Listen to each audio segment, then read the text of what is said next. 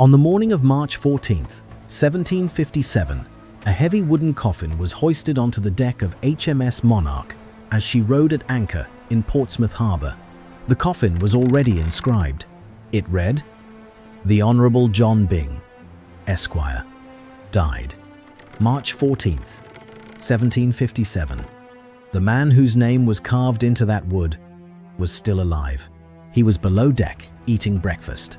In a few hours, Admiral John Byng would walk onto the quarterdeck of his own former flagship, kneel on a cushion, tie a blindfold over his own eyes, and drop a white handkerchief to signal 6 Royal Marines to shoot him dead.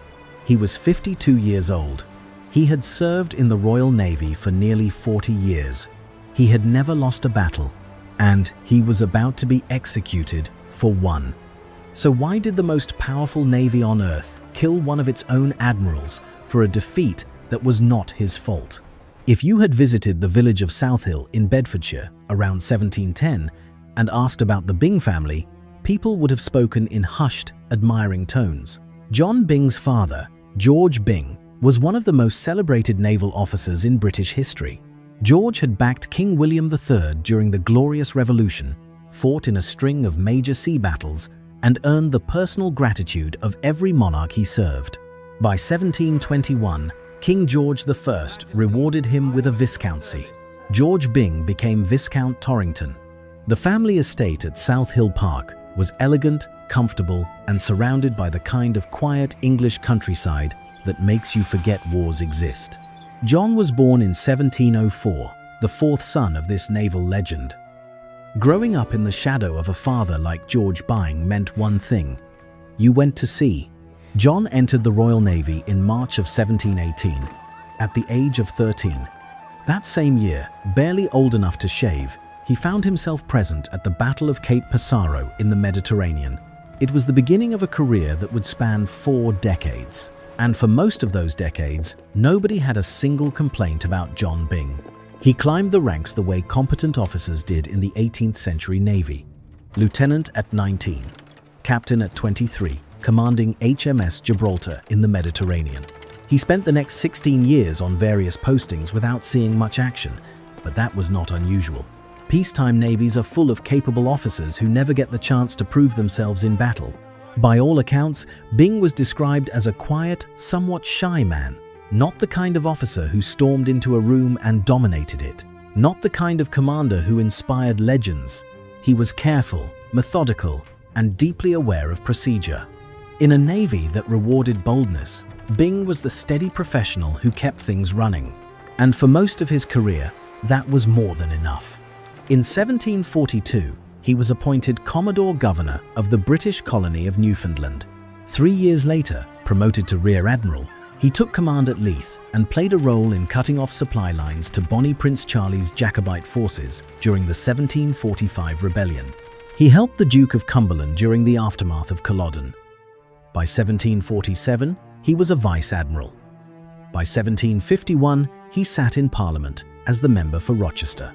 He even commissioned a grand Palladian mansion called Wrotham Park in Hertfordshire, though he likely never lived there. John Byng was a man of quiet achievement, respected if not flashy, a steady hand in an institution that valued steady hands. He had served his country honorably for close to 4 decades without controversy. That streak was about to end in the worst possible way.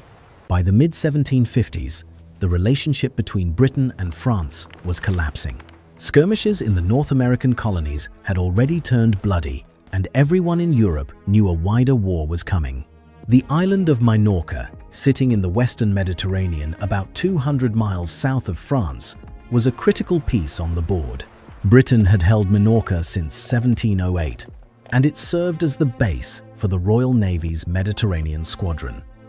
Losing it would cripple British ability to monitor the French naval base at Toulon, and the French knew it. As early as October of 1755, British diplomats across the Mediterranean began sending urgent warnings to London. The French were assembling a major force at Toulon. Warships were being outfitted, troops were gathering. The target was almost certainly Minorca. The London Evening Post had reported in April of 1755 that Toulon was preparing 12 brand new warships. The intelligence was clear, repeated, and specific. London did almost nothing. Lord George Anson, head of the Admiralty, chose to keep the bulk of the Royal Navy close to home, worried about a possible French invasion of Britain itself. The Mediterranean was an afterthought.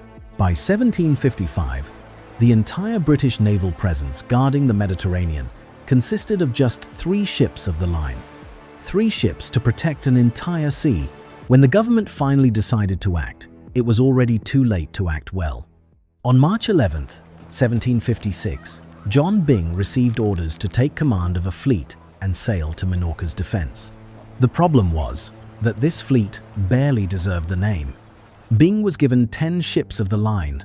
All of them were in terrible condition.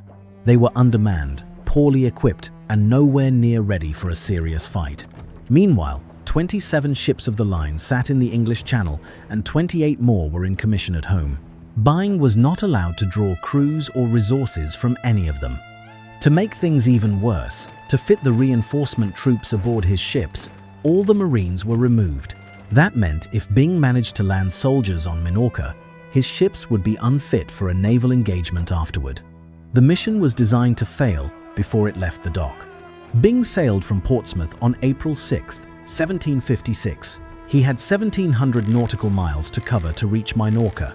4 days after he left, the French fleet under Admiral La Galissonière sailed from Toulon with a full invasion force embarked. They had to cover 200 miles. The math was brutal. By the time Byng reached Gibraltar on May 2nd, the French had already landed on Minorca. Their troops had overrun the island. The only British holdout was the garrison at Fort St. Philip, near the port of Mahon, now surrounded and under heavy siege. Byng arrived at Gibraltar and immediately faced an ugly reality. He was ordered to take 700 soldiers from the Gibraltar garrison to reinforce Minorca, but Byng looked at the situation and concluded that landing those troops on an island already swarming with French forces, under fire from enemy cannons, was a waste of lives. He also worried that stripping Gibraltar's garrison would leave that fortress vulnerable. He chose not to embark the reinforcements. It was a cautious decision. It was probably the correct military assessment, and it would be used against him with fatal consequences. Byng sailed for Minorca with his battered fleet, now reinforced to 13 ships of the line by vessels that had escaped the island. On May 19th, his advance ships spotted the coast of Minorca and tried to make contact with the besieged garrison at Fort St. Philip. Before they could get a response, French sails appeared on the southeastern horizon. La Galissonière's squadron, 12 ships of the line and 5 frigates, was moving to intercept. On May 20th, 1756, the Battle of Minorca began. Byng formed his 13 ships into a line of battle and approached the French fleet on a parallel course. His plan was textbook. Signal his ships to tack together, come alongside their opposite numbers in the French line, and engage at close range. What happened instead was a mess. The signal flags of the era were crude and easily misread. The order to tack caused confusion and delays throughout the fleet. Some ships turned too early, others turned too late. The neat parallel approach fell apart almost immediately. The British van, the forward ships, closed with the French and took devastating fire from the heavier French guns. The lead vessels bore the brunt of the engagement, their hulls splintered, their rigging torn apart, their crews cut down by grapeshot and cannonball. Several British capital ships suffered severe damage in the first exchange alone. Meanwhile, the rear division of Byng's fleet, including his own flagship HMS Ramillies, struggled to close the gap. Wind conditions, the disordered formation, and the chaos of battle kept them at too great a distance to land effective shots. Byng's flagship opened fire, but at a range where cannonballs splashed harmlessly into the sea before reaching their targets. After roughly 3 hours, the battle ended inconclusively. The French pulled away. British casualties were 45 killed and 162 wounded. The French lost 38 killed and 184. It was not a victory. It was not a catastrophic defeat. It was a bloody, confused stalemate fought by a weakened British fleet against a prepared French force. The French commander himself La Galissonière, reportedly remarked that it appeared Byng did not want to fight. That observation, fair or not, would follow Byng to his grave. 4 days after the battle, Byng called a council of war aboard the Ramillies. Every senior officer present agreed on the same conclusion. The fleet was too damaged to renew the fight. There was no realistic chance of relieving Fort St. Philip. The best course of action was to withdraw to Gibraltar, refit the ships, and try again. It was a unanimous decision. Byng sailed south. He left Minorca to the French. Fort St. Philip held out for another month, but without relief, the garrison surrendered on June 29th. Minorca was lost. The news hit London like a bomb. The British public was furious. The country was supposed to be a naval superpower, and a Mediterranean island had just been handed to the French without a real fight. The newspapers fanned the flames with sensational coverage. Cartoons depicted the English lion with a severed paw, the paw labeled Minorca. Pamphlets circulated accusing Byng of cowardice, treason, and betrayal. In pubs and coffeehouses across London, people who had never set foot on a warship declared with absolute certainty that the Admiral was a disgrace. Someone had to pay, and the government had already decided who that someone would be. What made things dramatically worse for Byng was a matter of timing and information. The first detailed account of the battle to reach London came not from Byng, but from the French. La Galissonière's dispatch arrived at the Admiralty before Byng's own report, and the French account painted a picture of a British fleet that had the wind advantage but seemed reluctant to engage. When Byng's dispatch finally arrived, the government leaked it to the press in a heavily edited version that made him look incompetent and afraid. The full, unedited version told a more complicated story, but the public never saw that version. They saw what the government wanted them to see: a coward who ran. Prime Minister Thomas Pelham Holles, the Duke of Newcastle, was desperate. His administration had ignored months of warnings about Minorca. They had sent Byng with an inadequate force. They had prioritized the home fleet over the Mediterranean. They had stripped the Marines from Byng's ships. They had failed to reinforce Gibraltar's stores or provide the resources Byng repeatedly requested. The loss of Minorca was, in large part, a failure of political leadership. Newcastle knew this, and he knew the public was out for blood. His solution was simple: sacrifice the Admiral. Find one man to absorb the nation's fury, and hope that fury burned itself out before anyone started asking harder questions about the men who sat in comfortable offices while Byng sailed into disaster. Newcastle reportedly told Parliament that Byng would be tried immediately and hanged directly. Mobs in London took up the chant, "Swing, swing, Admiral Byng." Effigies were burned. Newspapers ran sensational coverage, painting Byng as a traitor to the nation. George II, the king himself, declared flatly that this man will not fight. Byng was recalled to England and placed under arrest the moment he stepped off his ship. The political machine was already grinding, and John Byng was caught in its teeth. Newcastle's strategy of using Byng as a shield ultimately failed to protect his own government. His administration fell in November of 1756, replaced by a new government under William Pitt the Elder. Pitt understood what had really happened. He knew the Admiralty bore significant responsibility for the disaster. He knew Byng had been sent on a fool's errand with inadequate resources. But understanding the truth and being able to act on it were two different things. The machinery of the court-martial was already in motion, and the public still wanted a scalp. The court-martial convened on December 27, 1756, aboard the 96 gunship HMS St. George in Portsmouth Harbour. The presiding officer was Admiral Thomas Smith, supported by 3 rear admirals and 9 captains. For 4 weeks, the court heard testimony, reviewed dispatches, and examined the details of Byng's conduct from the moment he left Portsmouth to the moment he abandoned Minorca.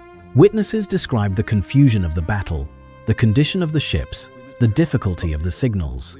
Byng himself defended his decisions methodically, arguing that his fleet was outmatched and his orders contradictory. He pointed out that every senior captain in his fleet had agreed with the decision to withdraw. He was not a man acting alone. He was following the unanimous recommendation of his own Council of War. On January 27, 1757, the verdict came down. The court reached 37 individual resolutions about Byng's actions. They found that he should have tacked his ships together and engaged the French more aggressively. They found that his flagship had opened fire at too great a distance to be effective. They found that he should have attempted to relieve Minorca rather than retreating to Gibraltar. And crucially, the court acquitted Byng of personal cowardice. Every member of the court acknowledged that Byng was not a coward, but it did not matter.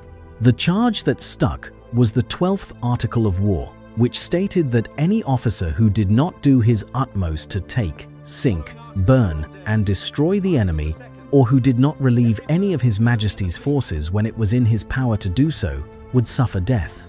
The article had been rewritten just 7 years earlier, in 1749, and the new version removed any discretion in sentencing. Before the revision, a court could impose lesser punishments. After the revision, there was only one sentence for this offense: death. The court found that Byng had not done his utmost. They had no choice but to condemn him, and they hated it. The members of the court-martial wrote a joint letter to the Admiralty, expressing their anguish at being forced to sentence a man to death who, in their view, was guilty at worst of an error in judgment. They unanimously recommended mercy. They begged for the king to intervene. Several members of the court later petitioned Parliament to release them from their oath of secrecy so they could speak publicly on Byng's behalf. The House of Commons agreed. The House of Lords blocked it. William Pitt himself tried. He went to George II and told the king that the House of Commons was inclined to mercy. The king's response was ice cold. He said that Pitt had taught him to look for the sense of his people elsewhere than in the House of Commons. George II refused to grant clemency.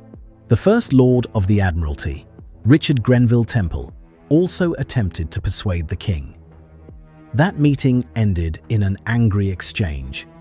The 12 judges who reviewed the case confirmed the sentence was legal. Every avenue of appeal was sealed shut.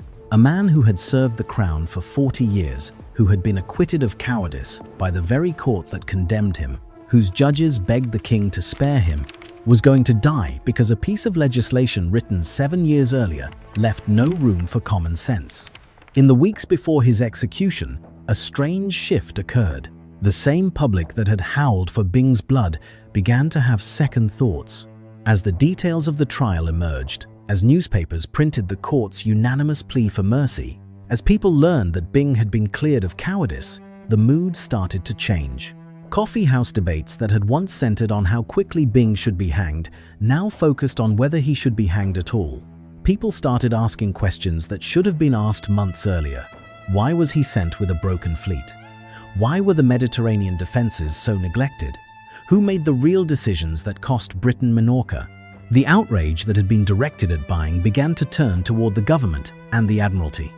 Letters appeared in newspapers arguing that Byng was being sacrificed to protect men who bore far greater responsibility. But sympathy arrived too late.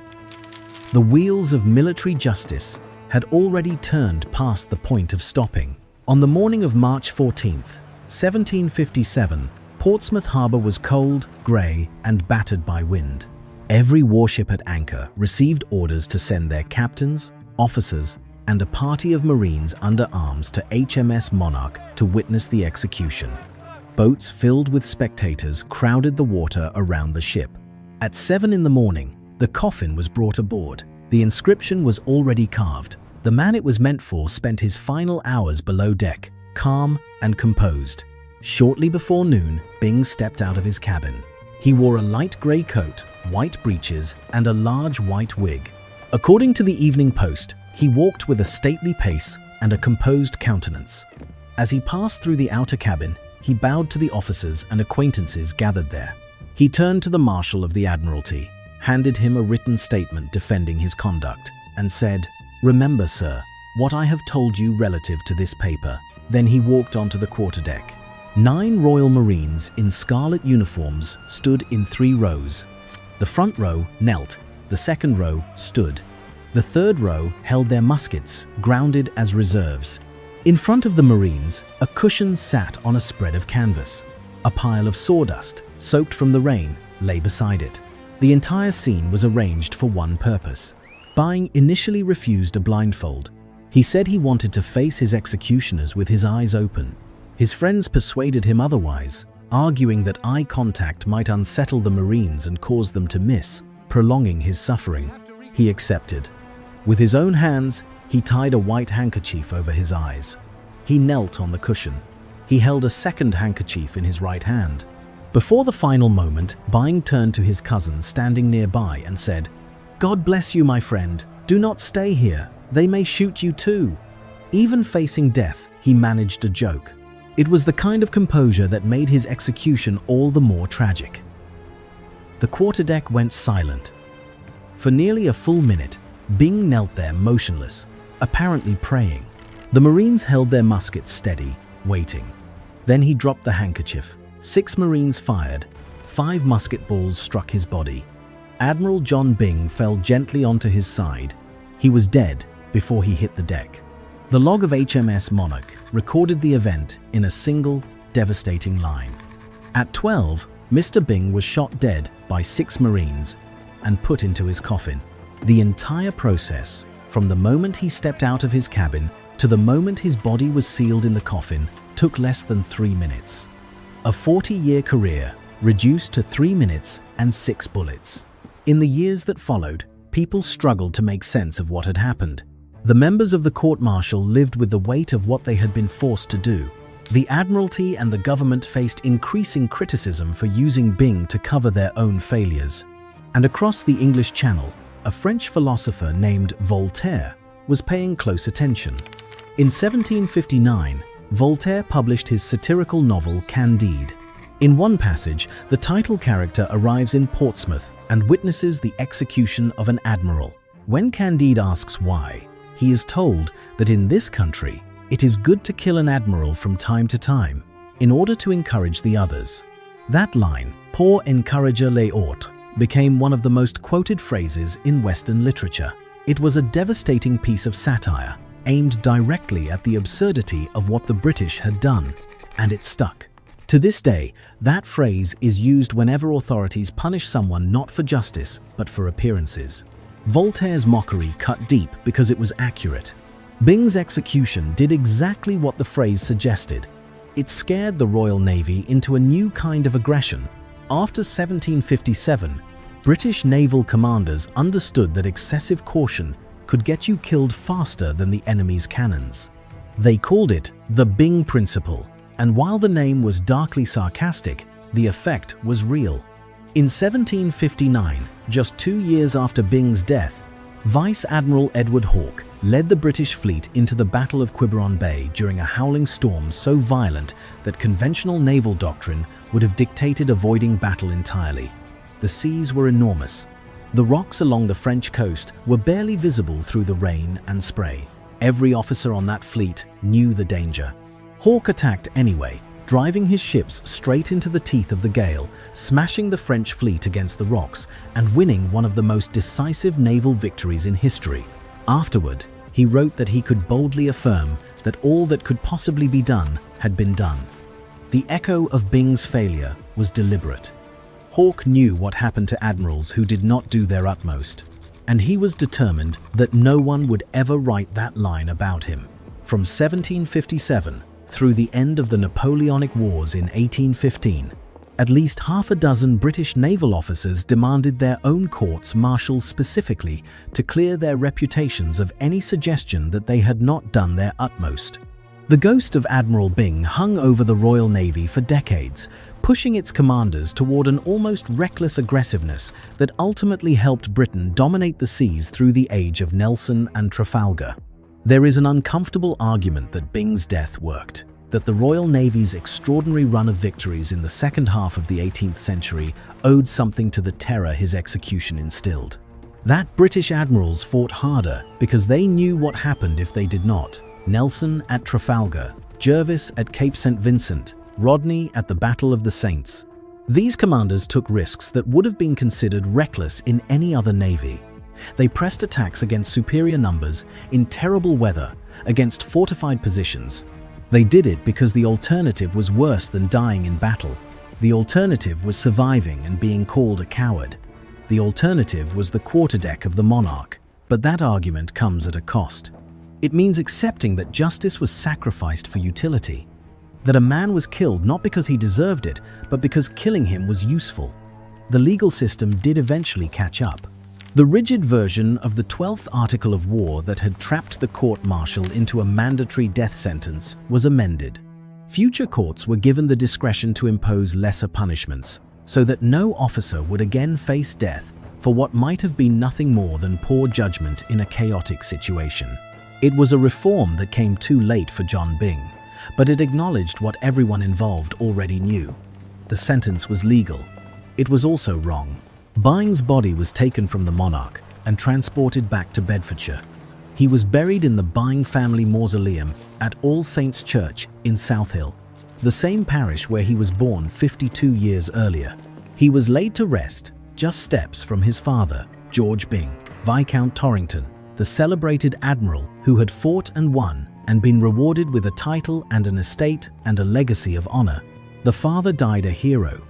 The son died on his knees, blindfolded, with his own handkerchief still lying on the deck. John Byng was the last British admiral ever executed by court-martial.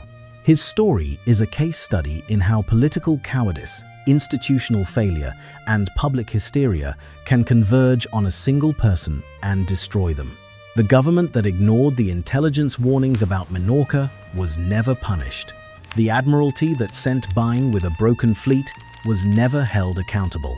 The Prime Minister who promised to hang Byng before the trial even started lost his job but lived out his days in comfort. Only Byng paid the full price. Only Byng knelt on the cushion. And 260 years later, his story still resonates because the pattern never really stopped. Governments still send people into impossible situations with inadequate resources and then blame them when things go wrong. Institutions still protect themselves by sacrificing individuals. The powerful still deflect. The expendable still pay. Admiral Byng was not a perfect commander. He was cautious when aggression might have served him better. He was pessimistic when optimism might have inspired his men. He made decisions on that day off Minorca that a bolder officer might not have made. But he was not a coward. His own executioners admitted that. He was not a traitor. The court that condemned him said as much. He was a competent officer sent on a doomed mission by people who knew it was doomed and then murdered for the failure they created. Pour encourager les autres. To encourage the others. If this story made you think, drop a like and leave a comment with your take on whether Byng deserved his fate or was sacrificed for politics. Subscribe to the channel so you do not miss the next one.